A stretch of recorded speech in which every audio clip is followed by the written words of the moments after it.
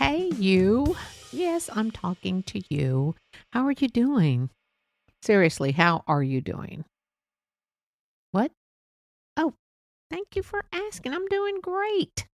I am doing fine. I'm so happy that you are here. Honestly, I have missed you since last week.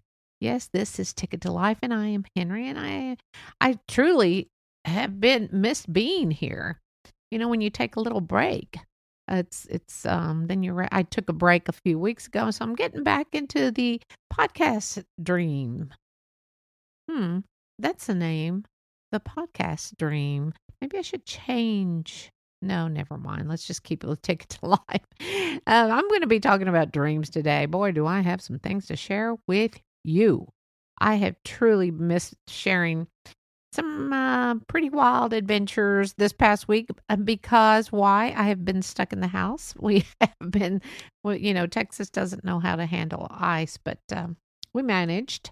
So again, I'm Henry and dreams. And we're talking about dreams today. And I don't mean intimate dreams, where you wake up and you're like, oh, yeah. I mean, you wake up and you wonder, why didn't I say a certain something in this dream? But before I start, I do want to welcome you if you are new to listening to Ticket to Life. And FYI, this podcast is about anything and everything about people and what we go through in life. And I like to say that I talk about the good, the bad, and the ugly in life. And I will talk about good things like love and relationships and babies. And for me, definitely that is a good thing in life, family. And that is a good life. That's a good part of life. And I try to not talk about politics because that would probably fall under the bad part of life and the ugly sometimes. But we've all been through some bad times and sometimes ugly times. And yes, the ugly can be part of politics. It can be ugly and bad and good, I guess. There's some good. Yeah. Okay. I'll let you know when I find something. But anyway, dreams. We all have them, if we like it or not. And I will share a dream with you in a bit. And I honestly am not a fan of dreaming. And I've even told my husband this before. I don't like to dream. I don't want to remember dreams. I mean, even if they're good, I guess if they're good dreams, you're like, yeah, you wake up smiling and you're all happy. But did you know that there are 3 types of dreams? The most common dreams we might have are nightmares.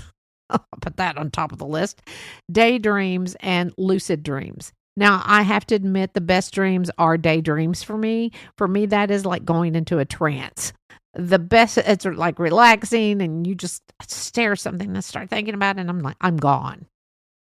And those are the best dreams. And you're not, you are not self-aware about your surroundings, what's going on. You are just in that moment and someone's talking to you and you hear nothing until they say your name loudly, Henry, and startle the heck out of you. Of course, there are those who go into that spiritual trance and talk to those on the other side. And I'm not sure about that, but I am good with going into one of my daydream trances. Next, you have the lucid dreams. And I promise I'm not going to get into the whole purpose of dream podcasts. I mean, it's just interesting. After I started doing some research and stuff, I can't promise that. I'm probably going to get into this whole dream podcast. But only lucid dreams are when you're asleep, but you know you're dreaming. Now, this could happen during REM sleep. And some of you that don't know what REM is, REM, it stands for rapid eye movement. And it's an active stage of sleep that our eyes are moving. Or you can probably find something I didn't think to get on YouTube. I mean, studies show, I've seen it, that our brain activity is always awake. The brain activity is same as wakefulness as in dreaming, and it seems more vivid. It's like going to the movies without having popcorn. And the brain activity is just processing memories. And something that has been on our minds, emotions, just daily activity, you may have a dream about that. As you may know, Our brain never sleeps. It just doesn't. It's always going. And our brain is so amazing. While we're sleeping, our brain is not.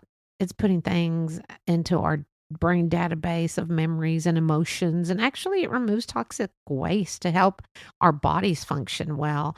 Some of our bodily functions remain as busy as when we're awake. Something to think about. And what body parts, you ask? Aha. Of course, your heart, your lungs, your kidney and liver, of course, are cleansing out. Of course, that's probably why I have to get up to go to the bathroom so much during the night. But of course, your ears. I mean, would you just think? I mean, that's one thing I didn't think of, but our ears are functioning. Otherwise, how could I hear my husband on nights that he snores? You have to admit, our bodies are truly amazing. And I just love how God created us. We're all different, but yet we are the same to a certain degree. But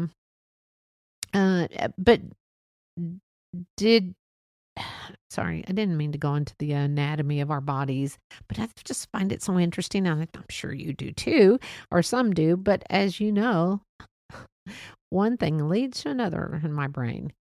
So the dreams we all unfortunately have sometimes, and I hate nightmares, and those are nightmares. I hate them. I am not a fan. Why do we have these horrible dreams that sometimes we wake up screaming? I don't think I've ever woken up screaming, but I know I've woken up gasping like, oh, I'm a gasper. But crying or sweating and then having a hot flash, ladies, it's a different type of sweat. It's a fear sweat. Or seeing things in your room, or you think you do, and there's nothing there, but you're asleep. I have to admit again that I am not a fan of nightmares. And oh my goodness, poor kids, little ones, usually toddlers, that have night terrors. I don't know if any of you or your kids have had night terrors, but usually kids, well, I guess if you have a night terror, it's more than likely a nightmare. But again, poor kids that have these night terrors, they don't know that they're having these, and they're literally screaming in fear. And parents, if you're wondering what has frightened them, you're not going to be able to find out because they are like in a deep sleep. And if your toddler does have them, do not wake them up. That is, unfortunately, I learned that later.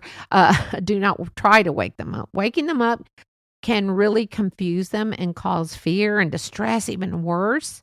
And then they may not be able to go back to sleep. So they're in such a deep sleep state. A night terror usually doesn't last real long, a few minutes. And if it does last longer than 15 minutes or so, I would contact the pediatrician. That's just me, just to make sure. And they'll probably say everything's fine. Just stay near them so they don't fall out of the bed or, knock themselves silly or something. And of course, my go-to is always pray while they're trying to calm them down. The best thing is you can try to wake them up because, okay, my son did have them. He was about 2.5, 3. And he was just screaming. I ran in the room. What's wrong? What's wrong?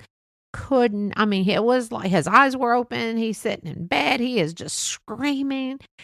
And I, was saying, wake up, wake up. Well, he did wake up, but then he literally, it was like, went right back to sleep. Thank God he didn't get so scared, but he had a couple of them and I didn't know what they were, and they were, again, pretty scary for a parent, and you don't know what's causing them. And so the best thing is to speak calmly and let them, and not all kids have them either. Speak calmly and let them know that you're there. Just, I'm here, just, and hopefully that will calm them down. They are not going to remember it in the morning. They're not. And I remember my poor son, like I said, he was about 2.5, and I had no idea what it was because first time mom, didn't know. So I made the mistake again of waking him up, but they say do not do that. I scared him even more, I'm pretty sure. But of course, back in the 80s, I was born in 86, so 88, 89, I guess it was 90. We didn't have the internet or Dr. Google. All I had was Dr. Spock's paperback book and Dr. Terry Brazelton. These were great pediatricians that I went to. They were my go-to. But anyway, sorry that I did not mean to go into the kids and night terrors. So why do we as adults have nightmares?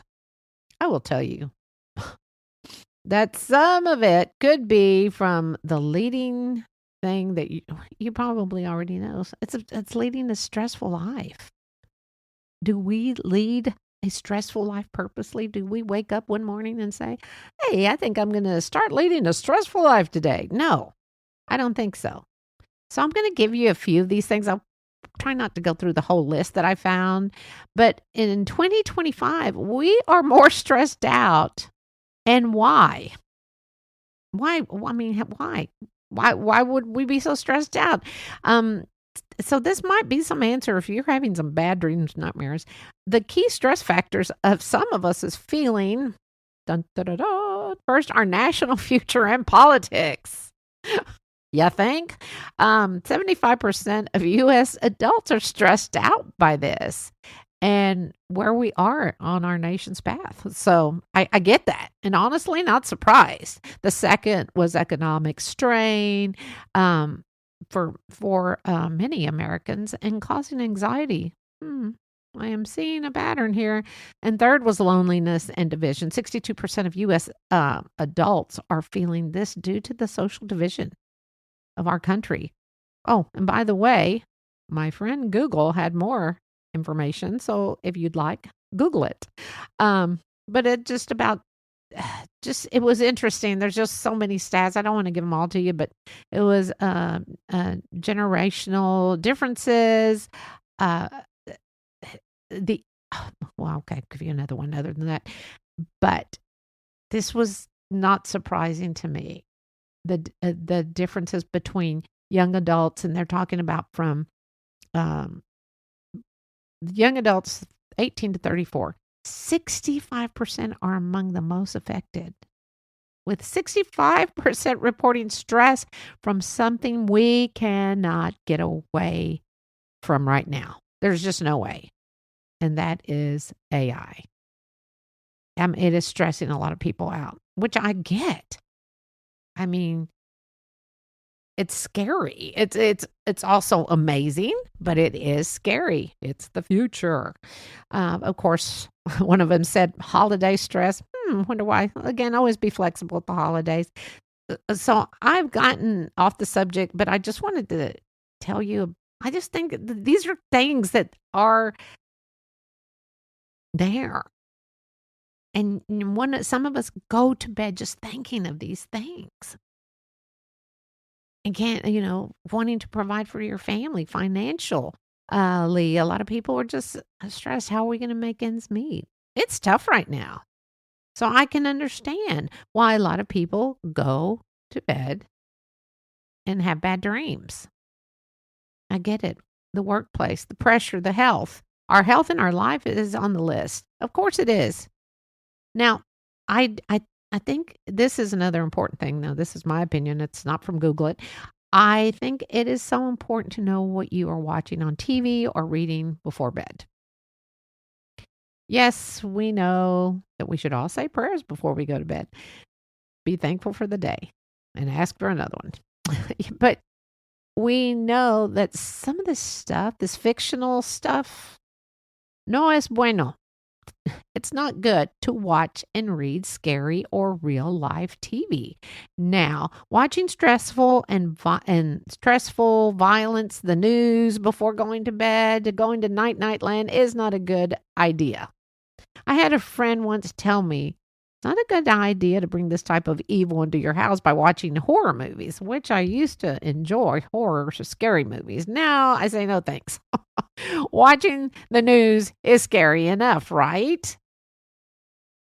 Actually, watching TV before bed isn't good because our brain processes all this that we just heard, especially in the news. Maybe if you watched a humorous show, I don't know, a calming show, but there's not very many of those if you look at what's on the tube now. There's just not a whole lot. There's so much intense and emotional things that we see during the day already, and then we go and watch some horror show before bed. I don't think that's a good idea, people. But that's, again, my opinion. And it does. It stimulates our emotions and horror, the action, and it can trigger some fear and anxiety. And honestly, it can manifest as a nightmare or seem like real life action is causing you to have an intense dream. Wake up so startled that you don't even know where you're at, what happened, and you're terrified. So I totally get that. So we are in control of our minds to a certain degree. Now, what made me want to share this whole dream thing with you? Well, I had a dream this past week, and we literally have been in the house, like I said, and it was due to the ice we received from Mother Nature. I haven't left the house in 6 days, or I had not left the house in 6 days. I finally got out yesterday. So crazy, I know. But we played cribbage. I crafted, did some craft stuff, and I watched a little bit of TV. We watched some movies. We watched Wicked 1 and 2, which was fabulous. But TV shows, there we go. Here's where I'm going with. TV shows, as many of you know, my husband and I are fascinated by watching Dateline 2020, the first 48, and how so many people commit crimes. Unfortunately, not enough evidence all the time to capture the crook or this bad person that has murdered a person or a child or children. And I think mainly the show we watch is I enjoy it because I'm always curious how the detectives and the law enforcement solve the crime. But then sometimes they don't solve the crime. And that's frustrating. But mostly seeing when justice has been served. Oh man, that's great. Well, watching these true stories, well, I'm for many of you know, my husband was a police officer for 34 years. So of course, very intriguing for him and for me, but watching these shows, we usually know who committed the crime within 15 to 30 minutes, and we're like, oh, she did it, oh, he did it. And then we question law enforcement tactics on some of these departments, like, why didn't they do this, why didn't they do that, but of course I wasn't in law enforcement. But anyway, so yes, my husband was in law enforcement. And so it's just interesting. I mean, he devoted his life, and by the grace of God, he's here with me. And yes, he got wounded a couple of times, but he is here. Well, one night I had a dream. Here we go again. Here's my dream. And it was an awful dream. And again, there's so much evil when you watch these shows. You see the evil in people. Literally, you see the evil in people as if not a care in the world. Like, not a big deal. So what? I killed him. Okay, well, it's crazy. But anyway, so I had this dream, and it was a horrible dream. I had a dream, and it was, again, an awful dream. I'm repeating myself. It was ugly. It was like a small child and ugly, and it was a demon. And this demon was literally barking like a wild dog at me. Well, I'm on top of this demon child. And it wasn't even a child's face. You could just tell it was just a demon, just evil. And I'm yelling and saying, why are you barking like a dog? And shouting in this dream and saying, stop. And it would grin and continue. And remember, this is just a dream. So you know how dreams are. You can be in New York one minute and then in your backyard the next. But it was I was so upset with this demon. I wasn't scared, but I was so upset. And the goofy part of the dream was I'm yelling at this demon and saying, why are you barking like a dog? Why? And then I asked, why don't you sound like a bird or a chicken? I know it's a dream, but yet it was so real. And And I remember I kept naming different animals in the dream. And it was just one of those uh, weird dreams, scary dreams, but I wasn't scared and I knew I wasn't scared. And then I woke up. And when I woke up, I was upset with myself because the one thing that could have made a difference was me saying, I rebuke you, Satan, in Jesus' name. And I was questioning myself that morning. I said, why didn't I say that? I wasn't scared like I probably would have been when I was younger, but I was just upset with myself as I knew that God was with me and protecting me. But why didn't I say it? Who knows? I guess that I was a little agitated at myself for not speaking up in the dream. Oh, but there is more. Don't turn me off yet. Later that morning, my daughter calls and she tells me, we were talking about whatever. And then she said, oh, Mom, I learned something interesting that in the Bible, Matthew 17:20, that there is no Matthew 17:21. It jumps to Matthew 17:22.